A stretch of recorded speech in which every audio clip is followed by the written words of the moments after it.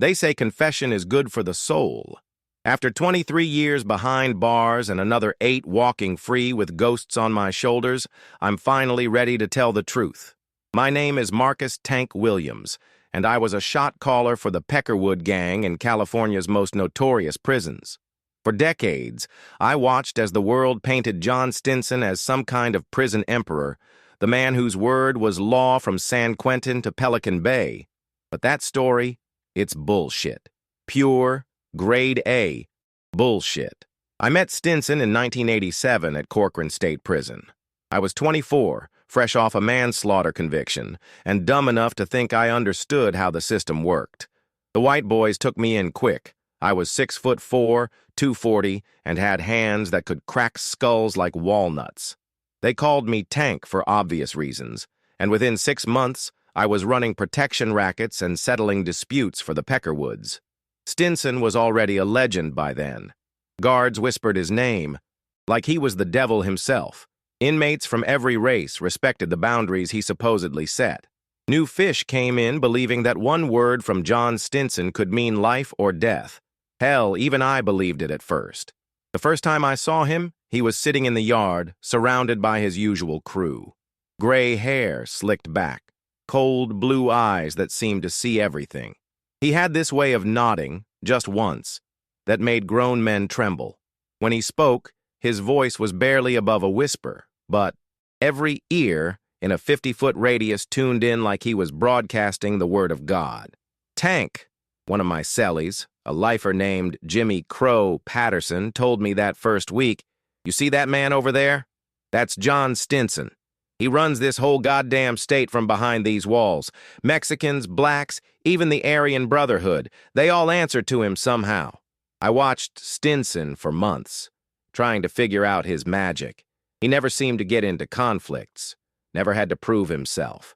Physically, never even raised his voice. When racial tensions flared between the Mexicans and the blacks in B Block, somehow Stinson's influence would smooth things over. When the guards cracked down on contraband smuggling, the networks would adapt with surgical precision. It was like watching a master chess player move invisible pieces. But here's the thing about legends. They're built on half-truths and convenient omissions. What I didn't know, what none of us foot soldiers knew, was that John Stinson was just the face of something much bigger. He wasn't the puppet master. He was the puppet who happened to have the best strings. The first crack in the myth came during the riot at Corcoran in '89. 3 days of pure chaos. Mexicans and blacks at each other's throats while the whites tried to maintain control. Bodies dropping, guards retreating, the whole system on the verge of collapse. And John Stinson? He spent those 3 days locked in protective custody, claiming a death threat from the Mexican mafia. That's when I started asking questions. Real questions. Why would the most powerful man in California's prisons need protection? Why did certain decisions seem to come from nowhere, with no clear source? Why did some of the biggest moves happen when Stinson was in solitary or transferred to another facility? The answers came slowly, in fragments and whispers, over the next 5 years. And when I finally pieced it all together, I realized I'd been living inside the most sophisticated criminal organization most people had never heard of. John Stinson wasn't running anything. He was just the face they wanted the world to see while the real power stayed hidden in the shadows. That's where this story really begins. In the shadows, where the true rulers of California's prisons operated, with a precision that would make corporate boardrooms jealous, and a ruthlessness that would make cartels take notes. The first time I saw the council in action, I didn't even know what I was witnessing. It was 1991, and I'd been promoted to what the Peckerwoods called communications officer. Basically, I was the guy who carried messages between different factions and facilities. On the surface, it looked like glorified male duty. In reality, I was being given access to the circulatory system of the most complex criminal network in America. It started with a meeting that wasn't supposed to be a meeting. I was in the law library at Folsom, supposedly researching an appeal, when 3 other inmates happened to be there at the same time. Pure coincidence, according to anyone watching. There was Roberto Silent Mendoza from the Mexican Mafia, a quiet man with dead eyes who'd been inside since 1978. Next to him sat Clarence Prophet Washington, an OG from the Black Gorilla family who could quote Malcolm X and Shakespeare with equal fluency. And tucked in the corner, pretending to read legal briefs, was David the Engineer Klein, and that motherfucker was supposedly just a white-collar embezzler doing time for securities fraud. For 20 minutes, these three men never spoke directly to each other. Instead, they conducted the most sophisticated conversation I'd ever witnessed through a series of book selections, note-taking patterns, and seemingly random movements. Silent would pull a specific legal volume, flip to a certain page, and make a mark. Prophet would respond by selecting a different book and leaving it at a particular angle. Klein would adjust his papers in a specific pattern. I was supposed to be the messenger, but I was watching something that looked more like a dance. When it was over, each man had left with information that would affect thousands of inmates across a dozen facilities. Drug distribution routes were being reorganized. Protection territories were being redrawn. And somewhere in that silent symphony, decisions were being made that would determine who lived, who died, and who ruled. That's when I realized John Stinson was just the face they put on television when reporters came sniffing around. The real power belonged to something they called the Council, a rotating group of representatives from every major faction in California's prison system. But here's the kicker. The council didn't just include gang leaders. It included trustees with access to administrative records, inmates with law degrees who understood the system's bureaucratic weaknesses, and even a few guards who'd been turned. Through a combination of money, blackmail, and survival instinct, Klein, that supposed white-collar nobody, turned out to be the most dangerous man I ever met. Before his conviction, he'd been a consultant for Fortune 500 companies, specializing in organizational efficiency and information management. In prison, he'd turned those same skills toward building a criminal enterprise that could operate across racial lines, facility boundaries, and even the walls themselves. The beauty of the system, Klein explained to me months later, when I'd earned enough trust to hear the real truth, is that everyone thinks they're seeing the whole picture. Guards think they understand prison politics because they see the violence and hear the threats. Inmates think they know who's in charge because they see who gets respect in the yard. Administrators think they control the flow of information because they monitor our communications. But they're all looking at shadows on the wall. The council. Met every 3 months. Never in the same place twice. Never with the same method of communication. Sometimes it was through legal visits with attorneys who'd been compromised. Sometimes it was coded messages hidden in religious services. Once, they conducted an entire meeting through a chess game between 2 inmates who'd never spoken before and would never speak again. Each faction brought something to the table. The Mexican mafia had the most sophisticated external networks, connections that stretched deep into Mexico and Central America. The Black Gorilla family had political awareness and the ability to frame criminal activities as social justice when it served their purposes. The Aryan Brotherhood had connections to white supremacist groups on the outside who could provide muscle and financial resources. But the Peckerwoods, we had something none of the others possessed: invisibility. We weren't flashy like the AB, weren't organized like the Mexicans, weren't politically savvy like the BGF. We were just white boys from small towns and trailer parks, overlooked by guards and underestimated by other gangs. That made us perfect messengers, perfect middlemen, perfect shadows. And John Stinson, he was our designated legend, the man everyone thought was in charge while the real decision-makers operated behind a curtain of misdirection and myth. Every public move he made, every show of power, every demonstration of influence, it was all theater designed to keep eyes focused on him while the council pulled the real strings. The system was so elegant it was almost beautiful. Almost. By 1994, I wasn't just carrying messages anymore. I was helping to write them. The council had recognized something in me that I'm still not sure I understand. Maybe it was my ability to blend in. Maybe it was my willingness to ask questions. Maybe it was just that I was smart enough to see the bigger picture without being ambitious enough to threaten it. Whatever the reason, they brought me deeper into the machine. And what a machine it was. Most people think prison gangs are just collections of violent thugs fighting over territory and respect. That's like saying Microsoft is just a group of computer nerds typing code. The truth is, by the mid-90s, the council was operating a multi-million-dollar enterprise that reached into every corner of California's criminal justice system. The drug trade was just the beginning. Sure, we moved heroin, cocaine, and meth through networks that spanned from Tijuana to Sacramento. But that was almost mundane compared to the other operations. We had inmates with computer access selling confidential information to private investigators and divorce attorneys on the outside. We had trustees in medical facilities selling prescription drugs to street dealers who'd never seen the inside of a prison. We had connections in the Department of Corrections who could arrange transfers, alter sentences, and make disciplinary actions.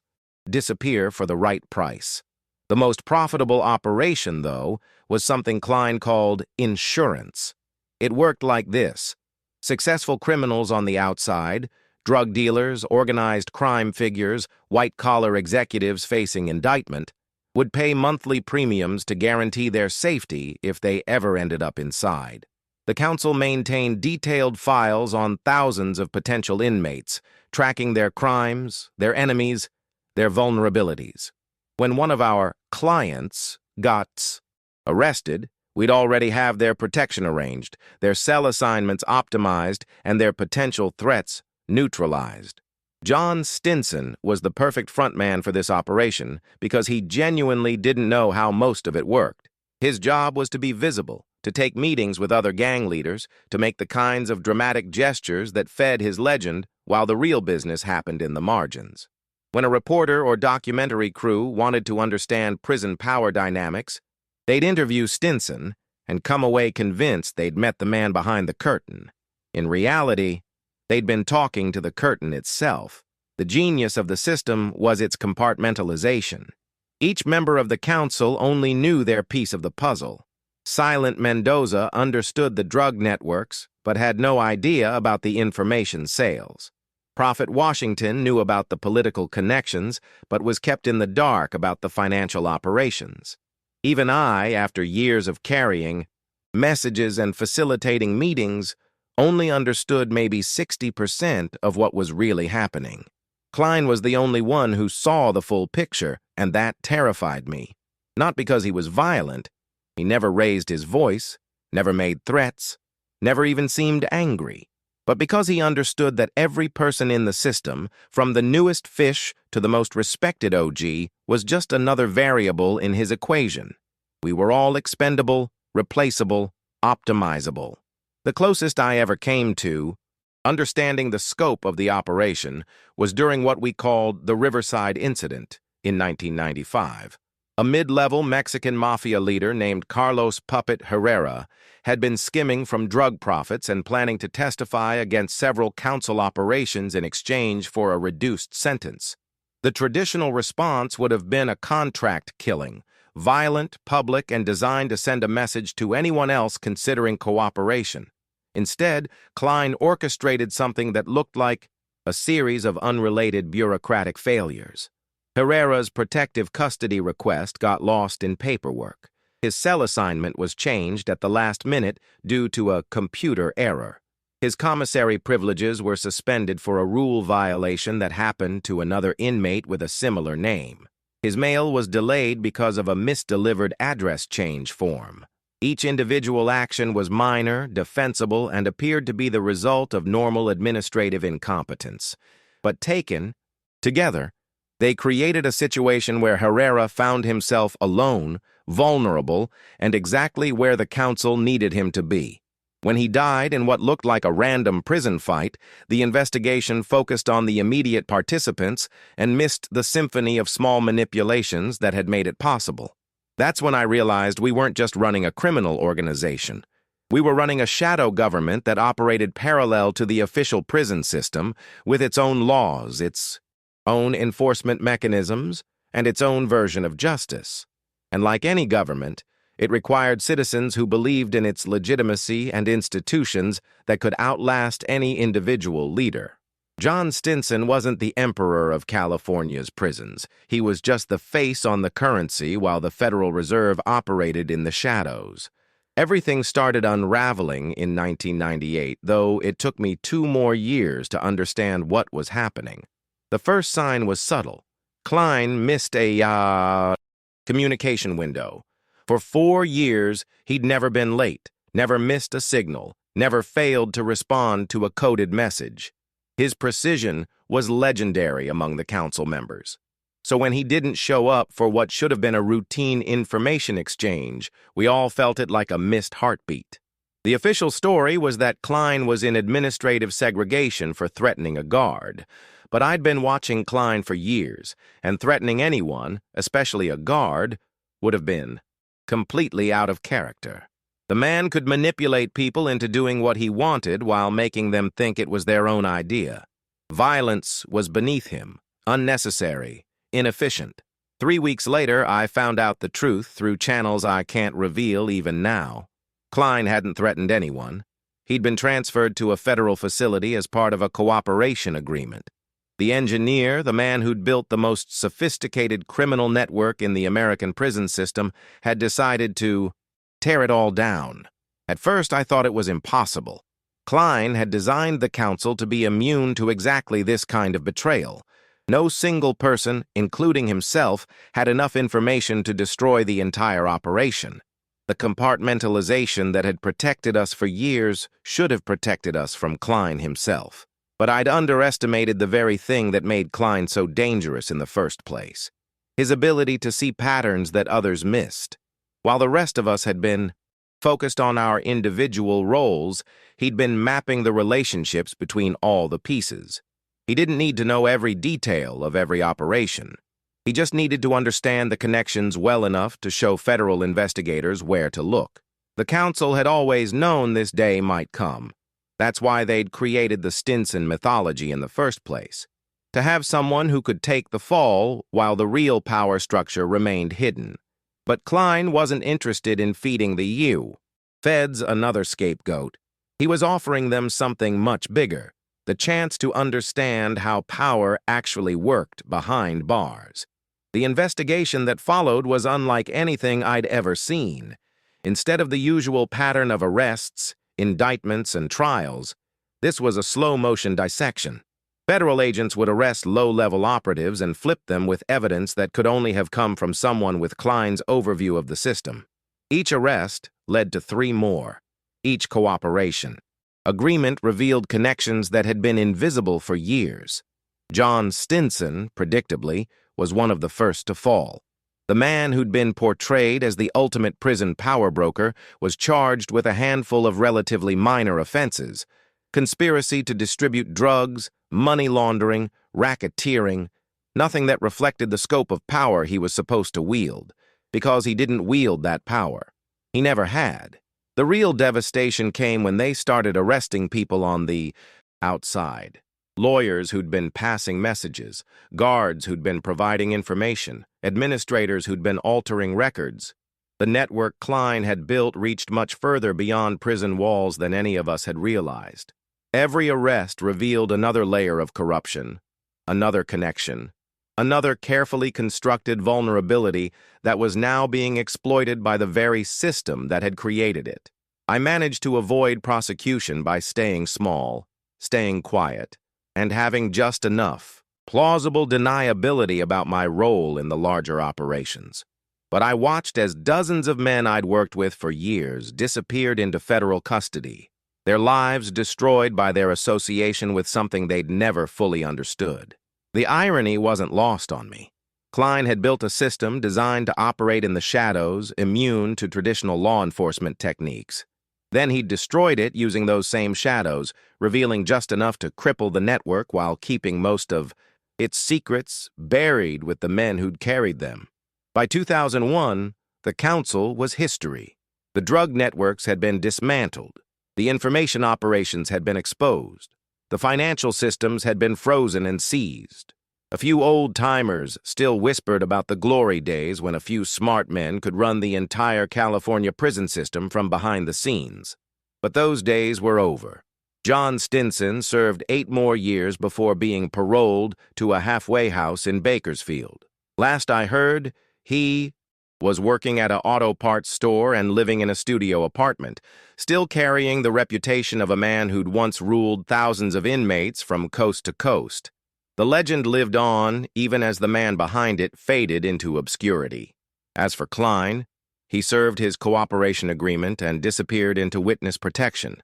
I sometimes wonder if he's out there somewhere, in some small town under a new name, using those same organizational skills to run a legitimate business. Or maybe he's building something new, something even more sophisticated than what we had. The thought keeps me awake some nights. People ask me why I'm telling this story now, after more than 20 years of silence. The answer is simple. Because the myth of John Stinson is still out there, still shaping how people think about power and control in America's prisons. And myths like that are dangerous. They make us focus on the wrong things, ask the wrong questions, miss the real threats hiding in plain sight. The truth is messier than the legend, more complicated than the stories they tell in documentaries and books. But it's also more human, more understandable, and ultimately more frightening. Because if a small group of smart, patient men could build and operate a shadow government inside the most controlled environment in America, what does that say about the rest of our institutions? What other myths are we believing while the real power operates just out of sight, pulling strings we don't even know exist? That's not a question I can answer, but it's one that keeps me awake at night, wondering what other shadows I'm mistaking for the truth.